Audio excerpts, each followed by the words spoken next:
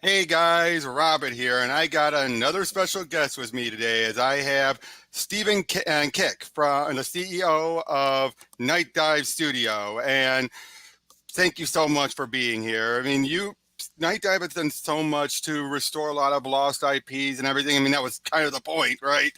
hmm So, how did the idea of doing all this get started? well, I actually got started about almost 10 years ago now. My wife and I were both working in the industry as character artists Hmm. for Sony Online Entertainment. And we kind of got burned out and decided to do some traveling. We were in Hmm. our, early to mid 20s and kind of got that itch to go and explore. Right, of course. And so, yeah, we pretty much just packed up everything that we had into this little four-door Honda Civic, and we drove across the border into Tijuana, Mexico, Hmm. and spent the next 10 months just traveling through mainland Mexico and Central America. So, Wow. yeah, we went everywhere. We crossed the Baja Peninsula into mainland Mexico, and then into uh, again, Central America, all the way down in the Panama Canal. And Hmm. during that time, I had just brought a whole bunch of classic games with me, like the stuff that had inspired me to want to make games in the first place.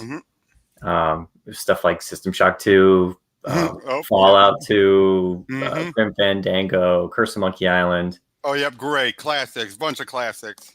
all my favorites pretty much, Hmm. and stuff that up to that point that I thought would just run just fine on my Chromebook. Oh But boy. it wasn't until one night that I was in Guatemala when I got kind of the itch to play System Shock 2 that I found Oh out that boy. I know where this is going. yeah, it just wouldn't run.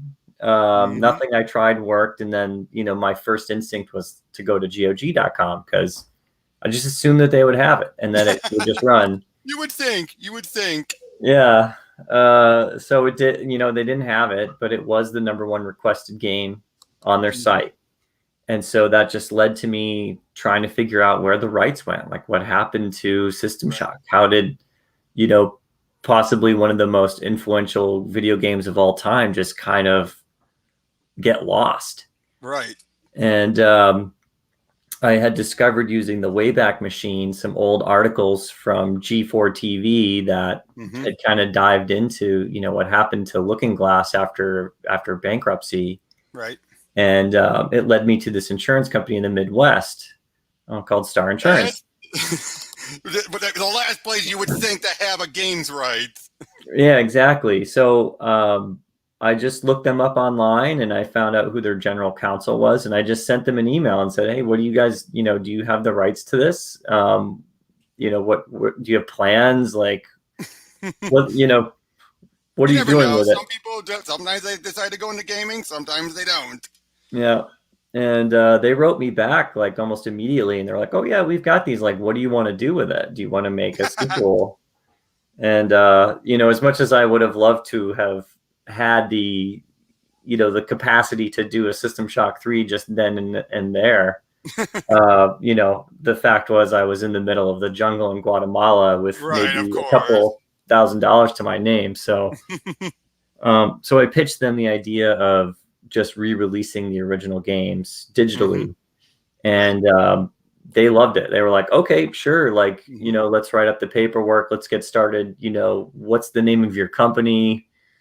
And again, I'm basically, I'm sitting in the middle of the jungle Right. with nothing, and I'm like, oh, okay, this is pretty cool. So I carried the conversation with them, Hmm. worked out the details throughout the remainder of my trip, and then when I got home, the contract was pretty much ready to go, and I borrowed some money from friends and family to Hmm. pay the license. And yeah, I reached out to GOG and I said, "Hey, I've got the rights to the most requested game on your site," and they basically said, "Yeah, you're full of shit." I don't blame them. I don't blame them. They probably heard that a dozen times. That's like, yeah, sure, right. Yeah.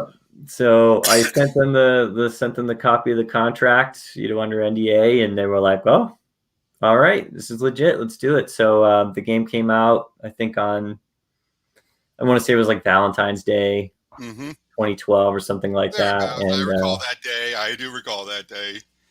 And yeah, it was a smash hit. It was Mm-hmm. huge, and it basically opened up the doors to me spending my days and all my effort to go and find other games that had kind of been lost in the same way.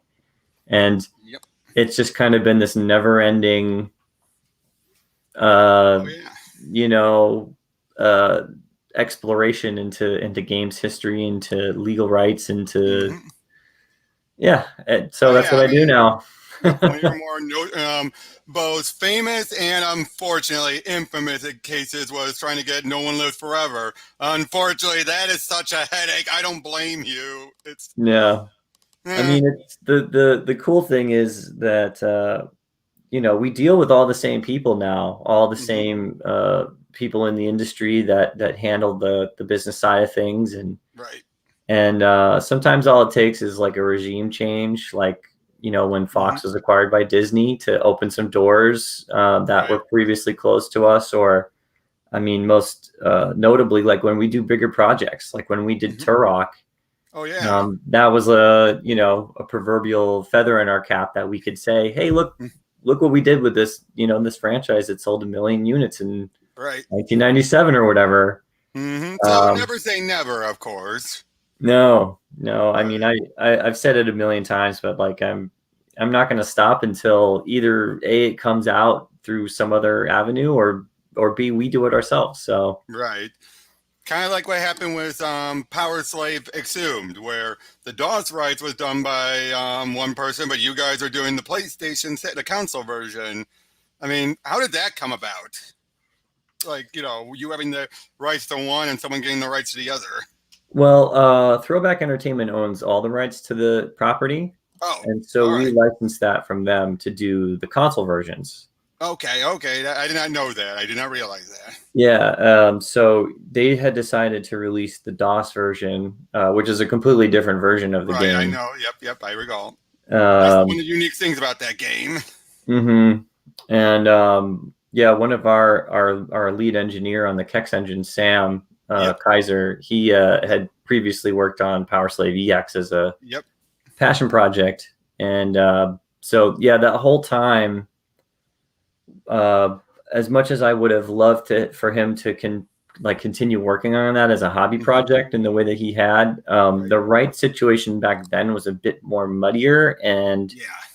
we just I was like, hey, you represent the company now, and Oh, that explains why it was taken down so fast, right? yeah, like we just didn't want there to be any Oh, yeah. doubt that we were in breach of anything because he was so Understandable. Completely closely, understandable. yeah.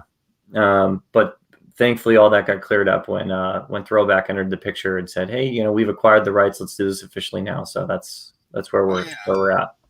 Yep. And then, yeah, you've done some other big, other feathers in your cap. You've got a lot of feathers in your cap, like Doom 64 and just yesterday, Quake. I don't think anyone saw that coming.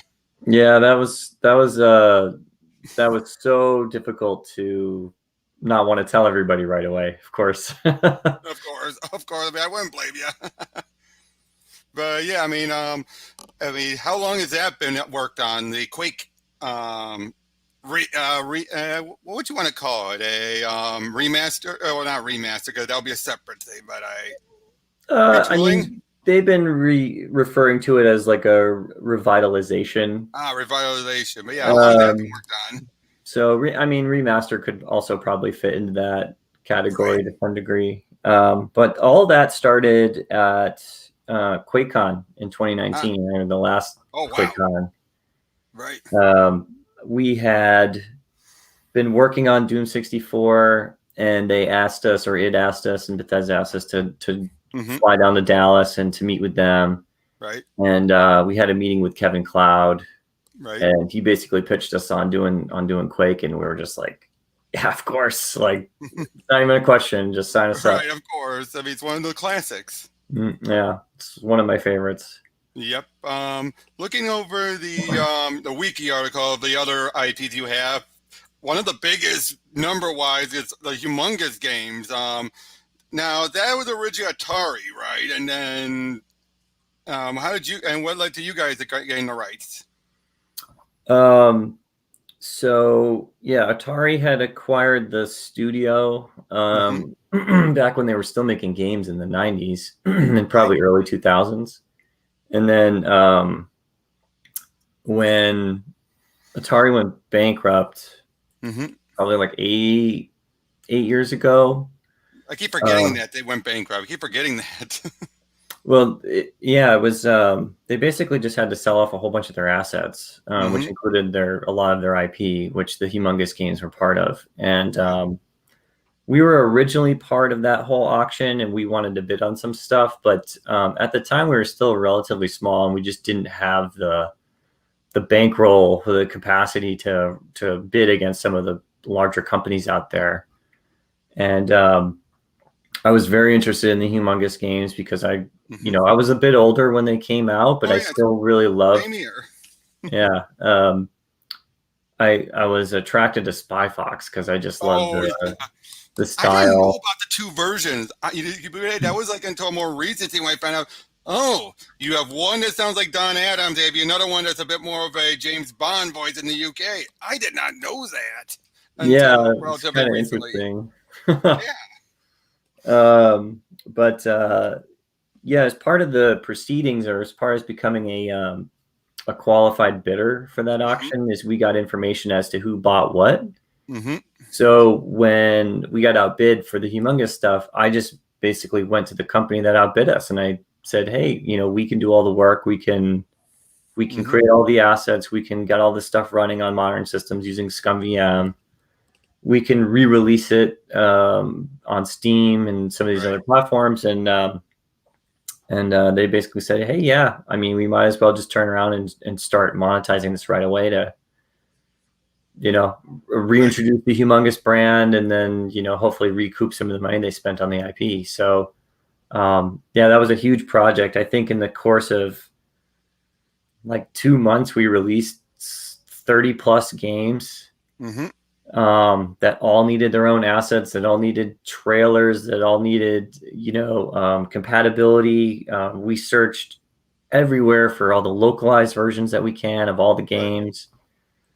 So it was a tremendous effort by our team at the Oh, I time, which was bet. it was basically just me and uh, Daniel Gratian, who is our lead producer now.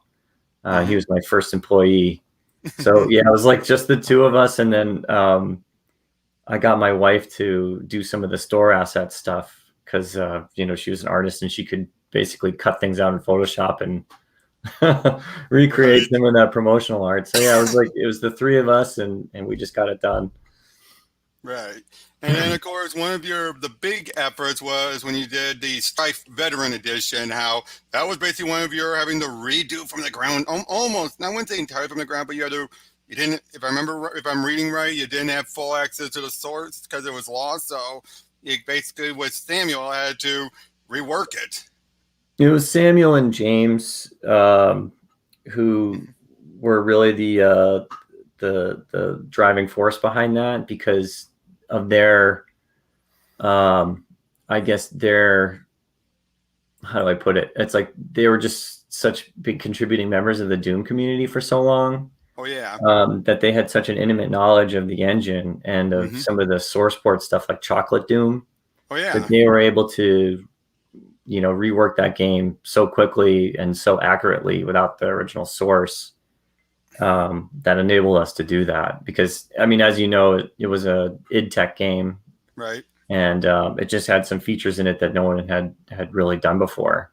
Hmm. So yeah, that was a really fun Yeah. one as well. Yep, and then eventually you would do other things like with blood or like you have a what's the engine called you have you guys use for a lot of these games now? It's the It's the KEX engine. right, and a lot of the games, like it seems to be able to do a lot of different type of games through it, like style games and all that. It's like who would have thought, right? But that's a very resourceful engine. Yeah, and um, yeah, it's really cool. How that all started was we had looked at doing Turok, and we were in the middle of negotiating those rights, and I was just doing some research into the best way to re-release them because up to that point, our MO was basically just release the game as is, but running like best to our ability.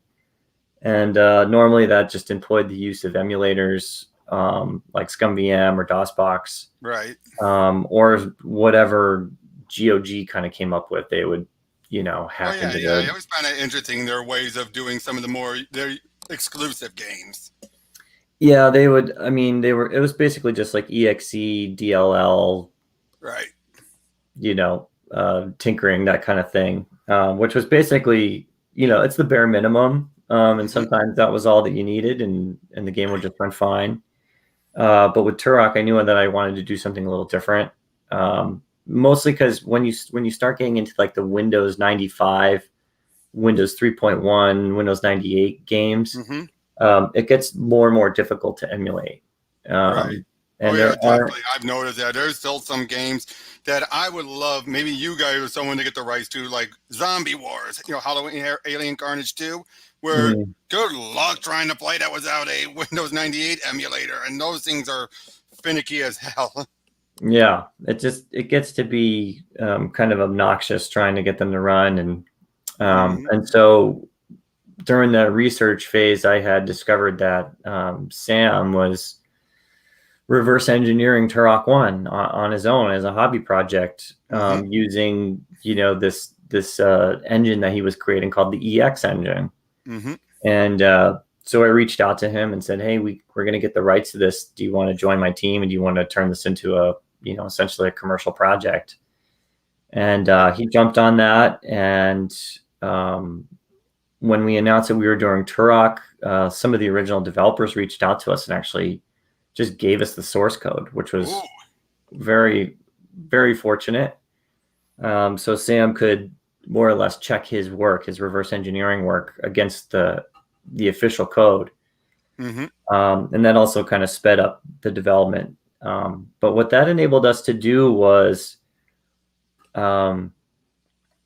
basically have a version of the game that we could then port to additional platforms, which is where the story of Nightdive really started to get interesting. It's because we went from just basically doing Steam and GOG to now being able to do Nintendo Switch and PlayStation and Xbox, and really open the door to the larger audience, which I mean, the big irony is doing Doom 64, a Nintendo 64 game, on all other platforms. That is always a gag I hear people make all the time. Like, it's Nintendo 64 on PlayStation or what have you. It's like...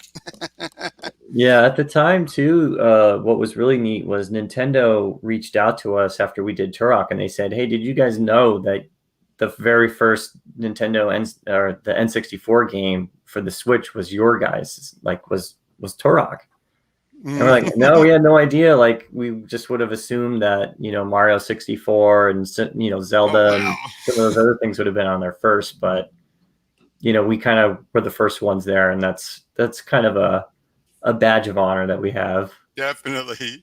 But yeah, from there, of course, you led to stuff like Forsaken Remaster, Blood Fresh Supply, again, Doom 64, Shadow Man, and pretty soon Sin Reloaded and everything. So, I mean, again, you've done just so many, like Blade Runner. Good God, that's been lost media for who knows how long, the Blade Runner game. I mean, without like, did you, when you started the company after you did System Shock, was there like a checklist of things you felt like we gotta get these more than above others? Yeah. And I think that was probably on it.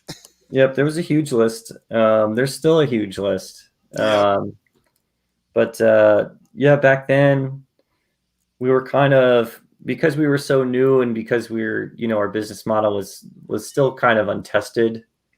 I brought Daniel on board after I saw his work on the Steam forums, actually. And we basically used the GOG wish list as like a to-do list. So we sorted the list by most requested games, and then we just went down the list, and we managed to do a lot of them. And then some of them we actually kind of had a hand in re-releasing without there being any kind of official partnerships involved. Right. But we got the ball moving on some of them.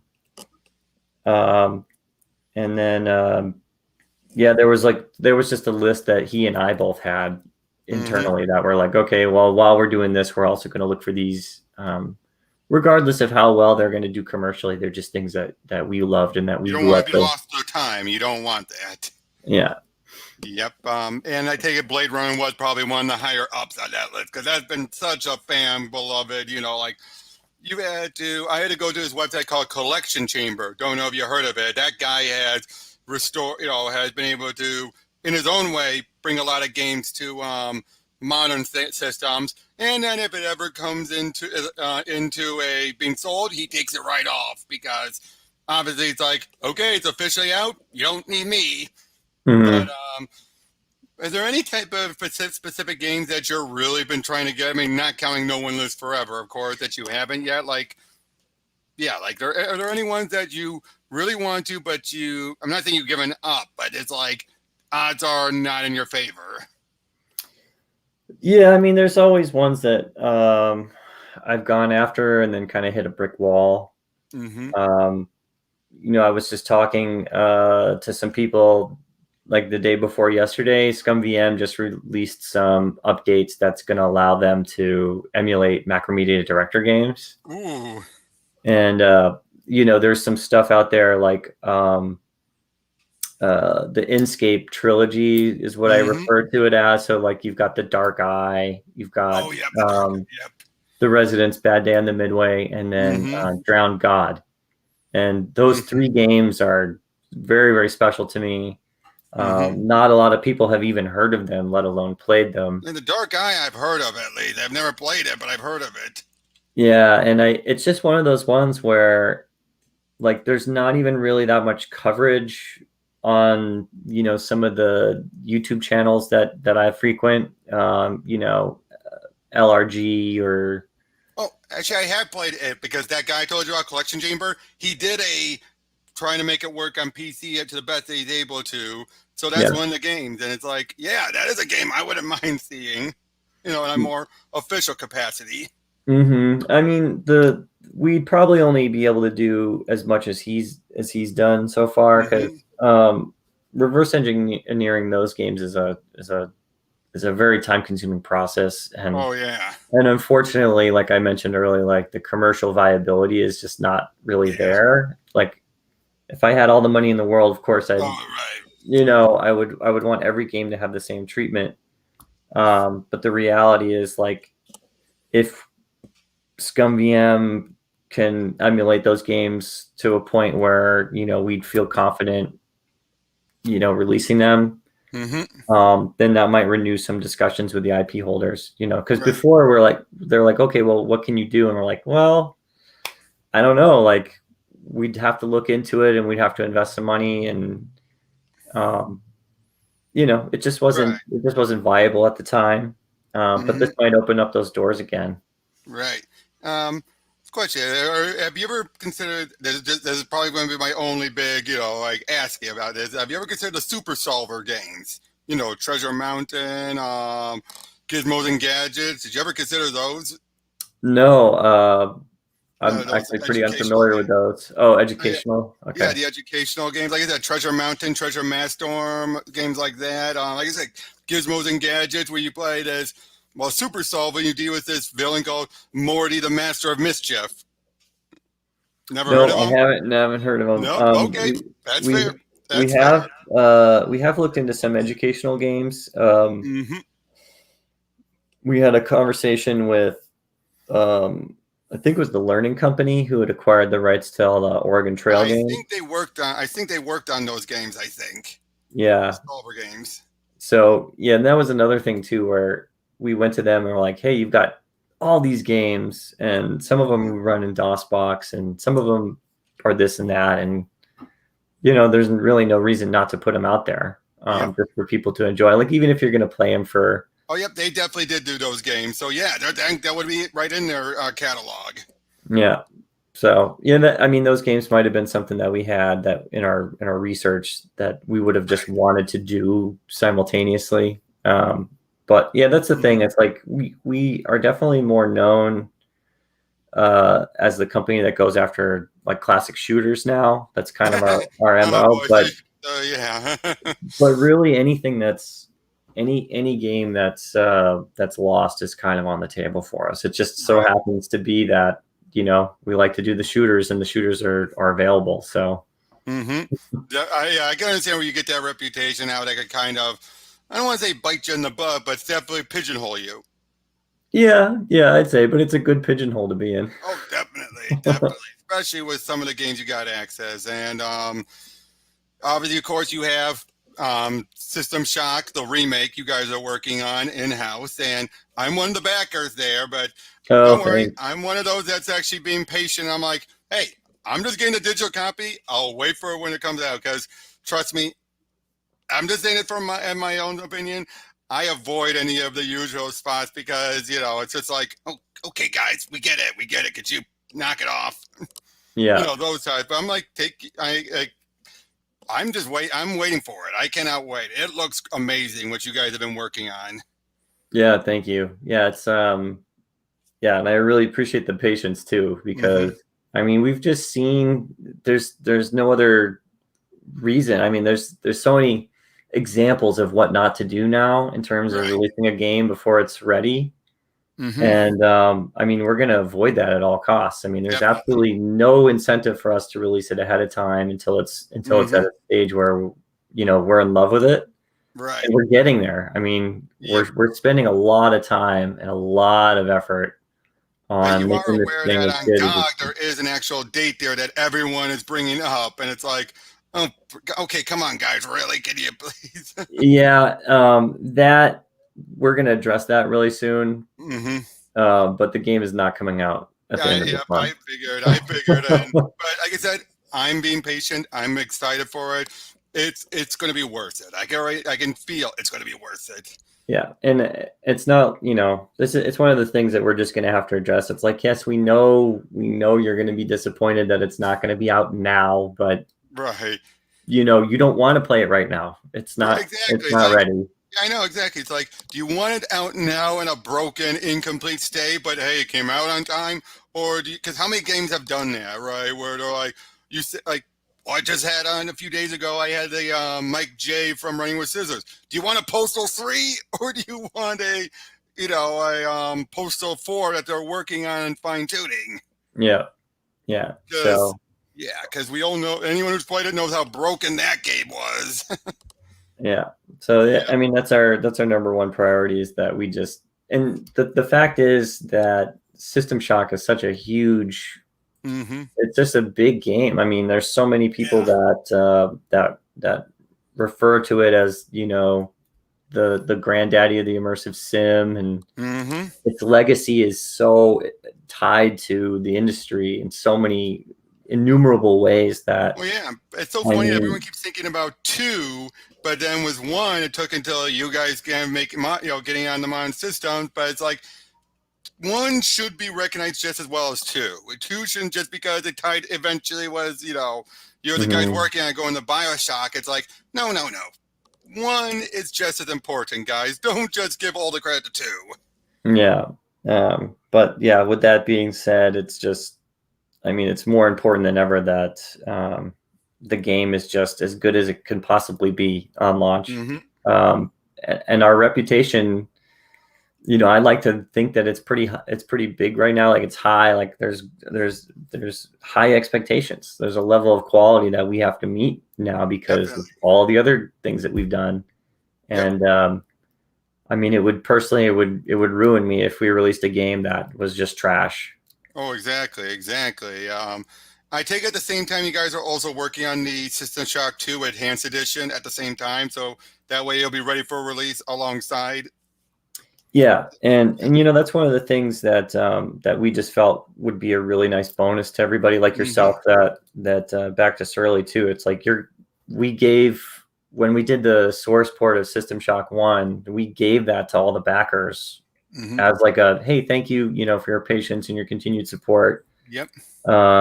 As a freebie that wasn't initially included, and then we're going to do the same for System Shock 2 Enhanced Edition, and the backers are going to get more stuff that we didn't originally promise because you It's know. taken so long and all that. Yeah, Yeah. I mean, it's been a rough development. We've run into a lot of issues that were things that we probably could have avoided had we had the experience at the time, and then things like COVID, where Mm-hmm. you Oh know, yeah. Oh yeah. That probably put a huge dent in everything. yeah, and the other problem is like we don't like to make excuses. Mm-hmm. But it's just the reality of the world that we live in now. It's like things are just going to take longer because we've had to adapt to this new way of life, Mm-hmm. and not only Definitely. that, but I don't all the people that I've hired and that I've worked with for so long in this game, we're all friends. Like Oh yeah. we don't have the typical, you know, owner employee kind of relationship. It's, Right. we hang out after hours and we play Mm-hmm. games together. It feels like a family, almost a second family, kind of. Yeah, I mean, I spend besides my actual family, these are the people that I Mm. spend the rest of my time with, and Right. I'm not gonna, unless it's absolutely necessary, like I'm not gonna make them crunch. I'm not gonna make them Right. miss out on their life or their quality of living for the Exactly. sake of this project. And honestly, I think if we crunched, the project would suffer. Definitely. And I think that's one thing I think people don't realize is that a lot of times, like, oh, but these games come out on time. It's like one bigger, bigger studios or bigger crew, but also they crunch. And I think Hmm. people complain about crunch, but at the same time, they don't realize what that really results in their what they think they're so the luxuries they get. And it's like, you guys don't want crunch. You got to give up some of the luxuries you're expecting. Yeah, and the another big problem I think is just that there's a misconception as to what crunch is, because if you Yeah. haven't been through crunch, you don't know what it feels like. And it Oh, is I can not only fun. imagine. I can. That's and I have to say, I can only imagine. I mean, I think that, I mean, if we're going to go back to the beginning of this conversation, like Hmm. one of the reasons that Nightdive even exists is because we crunched on at Sony. We Oof. crunched really hard to finish Yeah. project, and it just kills you. Hmm. Any joy that you have working on a project just goes away, and you're like, I wouldn't wish this on anybody, to take what you Hmm. love, like a passion thing that you Yeah. care about more than anything, Oh yeah. You and don't to want have to. it You turned don't want to against beat it you. out or drain it out of someone. You don't want to do that because that's someone's love, their livelihood, what they've spent so much of their time. You don't want to make them feel like. I mean, it's that old phrase: "Do whatever you love." But if like once you no longer love it, it becomes just work, and you don't want Hmm. to just make it work. Yeah, and it's a harsh reality. I mean, sometimes it has to be done. I mean, I'm Hmm. not going to lie and say that we've never crunched. I mean, we All we right. do crunch every once in a while. Hmm. I'm just grateful that the people that are working on these projects care about it as much as they do, Oh because yeah. it doesn't come down to the money. It's like, the reception that we get from the community once the game is out, when people are playing the game and they're telling us how great of a job we did, like that's the reward for us. Hmm. And so there's some give and take there, but again, with System Shock, it's like it's such a big game and it's so outside the realm of what we're accustomed to, just working with a base game already, Hmm. um, that we're content to take our time with it to make sure that it's done right. Right. And how does it feel to now know that you've kind of influenced some other companies start getting into the game? Like you had 3D Realms now helping out with Kingpin Reloaded, and just the fact that it's slowly. I mean, you guys are still the big dogs pretty much compared to others, but how does it feel to see that now that there's others who are feeling like, hey, yeah, let's bring back these old IPs? It's awesome.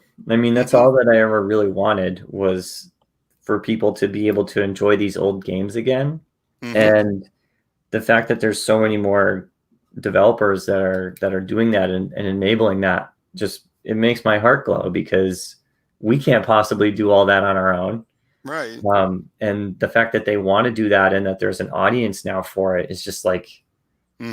I feel like we've done our job, and we're just there to support and to basically be cheerleaders for these other companies. And through the process, we've all become friends, and we Right. work together behind the scenes. And I mean, we're doing we're doing Sin Reloaded with 3D Realms, and we've been a part of Realms Deep the last 2 years, where we've showed off stuff that we're working on.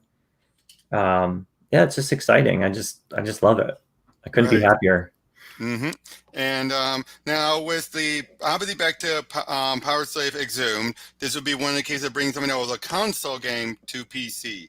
And while telling you there was always Turok, that there was a PC version of it. Do you guys plan on doing any other type of what were console exclusive besides Doom 64 too? I mean, like say Turok 3. Do you plan on doing that or anything like that? It's always been on our list. I mean, we feel like it's part of that original trilogy, and that it needs to get done. It's just, when we started doing some of these bigger projects, it got to the point where we didn't have to go to companies to get companies started coming to us and saying, hey, you guys did a great job on this. Do you want to work on that? And it's really difficult to say no. Right. So that's starting to take a lot of the time from any of the ones where you want to start the process. Right. But Turok 3 is there. There's going to be a point in the future where we're going to be able to pick that up and to finish it. And yeah, I'm really looking forward to that, because I get asked every day, hey, Turok 3. Yeah. Yep. Now I just wanted for clarification. Are you guys the full owner of the rights for System Shock now, or yes, or is it still that one company? We own the rights to System Shock. We had licensed the rights to do the third one to Other Side Entertainment. Yep. And now Tencent has that. So I just wanted to clarify that. Clarified. Yeah. So Tencent is the company that may or may not do System Shock 3, but they have the rights to do it. All right. And is that are they going to hold on to that indefinitely, or at least until a certain point, and then you guys get it back? Like, how is that? I don't always know how these things work. So yeah, I can't really speak to the details of that. That's fair. That's fair. That is fair. I had a feeling that's what you were going to say, but didn't hurt to ask. So, but what would you say so far is, again, I'm excluding No One's Lives Forever. I keep bringing that up, but that's always been the big recognized one about the one that got away so far. So far. But what is your number one now that you're still trying to get? Like, what is the one that you can name that you are trying your hardest to get the rights to? That's not No One Lives Forever? Yeah. That's not. Hold on one second. I just have to reference my list here. Probably so many of them, right? Yeah, it's hard to pick one. Oh boy, maybe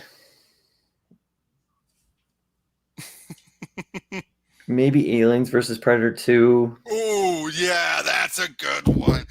And funny thing, it's just like No One Lives Forever. There have been fans who have done their own little type of installer, but again, I'd love to see it in an official capacity.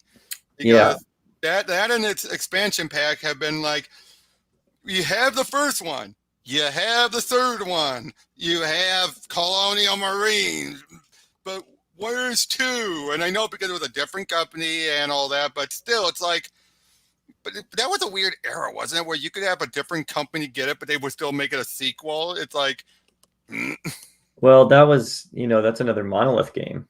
Yeah. And so, they did so much stuff back then. I mean, they did Condemned. They did Aliens vs. Predator. 2. That's another game I want. Is Condemned 2. I know that's a console one, but that would be a console one I would love to see brought to PC.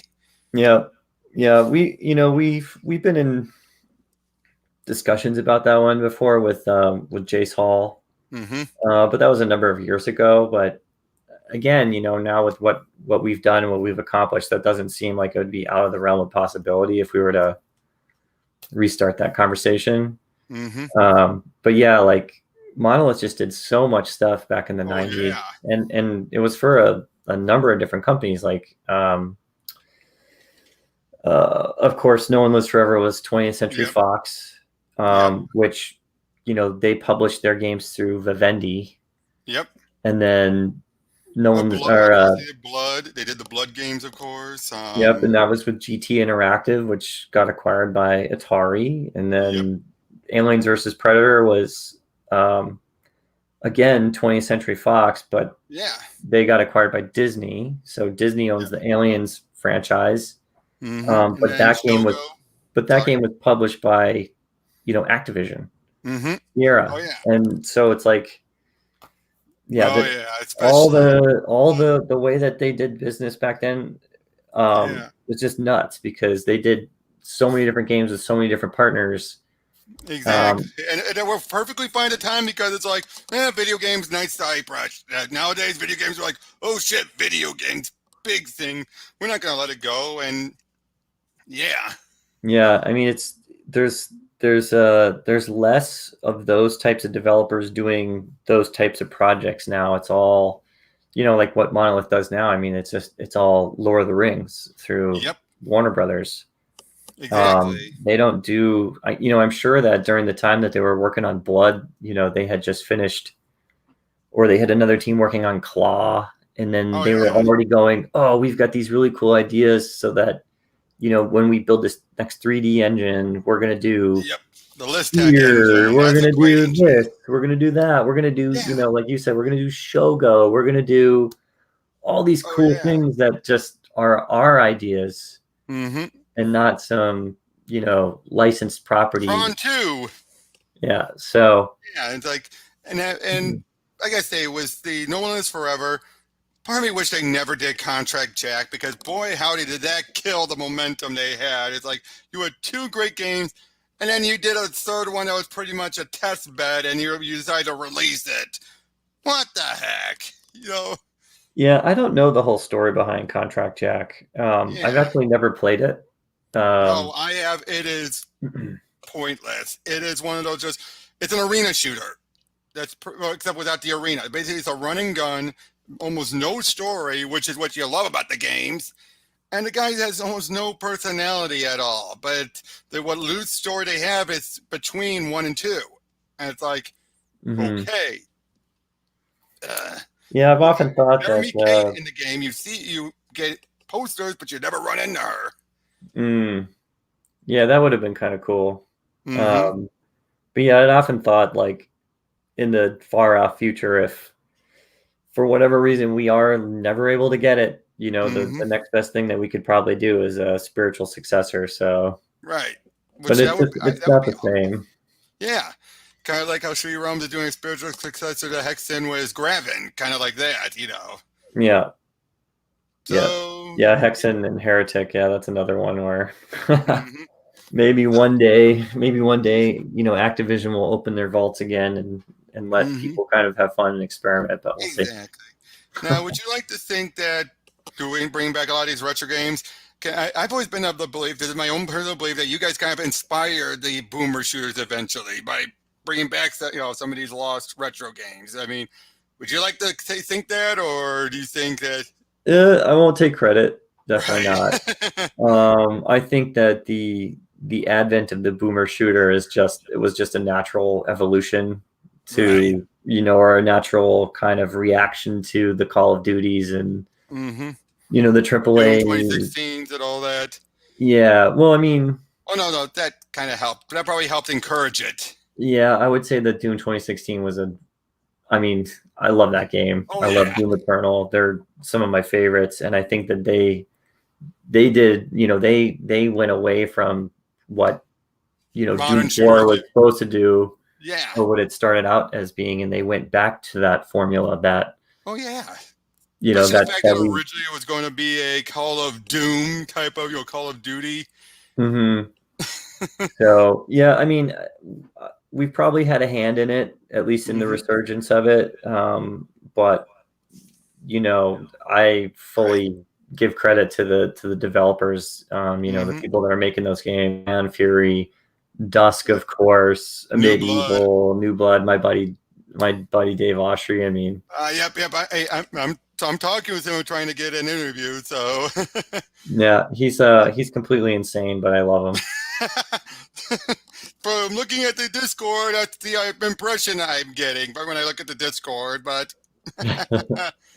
But yeah, though, I mean, again, it just feels it's like it's such a great time to be a gamer. Thanks to you guys, again, the boomer shooters. I mean, I look at you guys and New Blood has been like the two big, companies that have really. But you have the new retros and bringing back the old the old games and everything. It Yeah. just feels, if you're a gamer, this is your day. This is your time. Because it feels like the 2000s and early 2010s were getting a little, like you only had one type of game, and that was the new games. You know what I mean? Mm, Like if you want the old games, you better have collected them, or you have to download them online. yeah, or you search a bargain bin. Exactly, or you I mod it. remember. You have to Yeah. mod it. I mean, how many games out there are there where where you see that someone actually did a total conversion that modded an older game, like someone doing Wolfenstein 3D in Doom. I don't know if you heard Hmm. about those guys doing that. You know what I Yeah. mean? Yeah. Well, Yeah, it's just. that's a testament to just the industry, that the fact that there's still people modding games is like, Mm-hmm. I mean, that's where a lot of the innovation is come from over the last But that's where Kaiser 20 came from, years. because he's the one who Yeah. started doing all that was Doom 64 Absolution and then Doom 64 EX. Yep. Yep. Yep. Yep. Actually, I just want to ask that. How did you? Is that when did you meet him up for Strife? Is that when you guys first met up with him, or what led to It you was guys it first was meeting? for Turok, actually. Oh, He through was Turok. Oh. Yeah, he was sharing his progress on his website. Mm-hmm. And I just reached out to him and said, "Hey, you want to come do this with me full Yep. time?" It's probably been a dream come true now, right? Working on all these other games, right? I'd be hesitant to ask him if it's a dream come true, because That's true. he's he works harder than anybody I know. Oh. Um, Oh yeah, I and mean, look at all these side hobby projects he was doing, like Power Slave and all that. It's like the guy is a workhorse. Yeah, he's inhuman. Super awesome Mm-hmm. developer, really awesome guy. The first time I actually got to meet him was in 2019 at QuakeCon, Ah. and yeah, I mean he is invaluable to what we do here, along Big with time. everybody else, anybody else that works for Nightdive at this point. I mean, it's a really really special group of people, and they all love what they do, and yeah, I mean we just couldn't do it without them. Right. Now, actually, one other game I want to bring up, which is that I realized I actually have downloaded, was one of your other in-house games, Spirit of Xanadu. Oh yeah. What was that game? Like, how did that game come about? Just so you know, I've only got probably about another like 5 minutes. Oh no, no problem, no problem. I'll have to Um, wrap up anyway. okay. Spirits of Xanadu was uh, kind of an initiative that I started. Um, I forget what year it was. It was during the time that Steam Sorry was about doing that. I the. got booted off.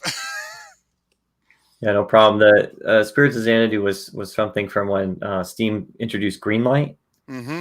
And so I was going through Greenlight and just checking out projects, and I saw, Alan Trivet was developing Spirits of Xanadu, and it looked very much like a throwback to System Shock 2.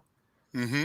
And I just decided to reach out to him and said, hey, we can skip Greenlight if you want, and we can publish it through Nightdive, and I can give you some additional funding to do, whatever you want with your game. And Alan's awesome guy, Mm-hmm. very easy to work with. Uh, no problem. We didn't even do milestones. I just gave him all the money up front, Mm-hmm. and he went and he spent it in such a great way to add so much to his game.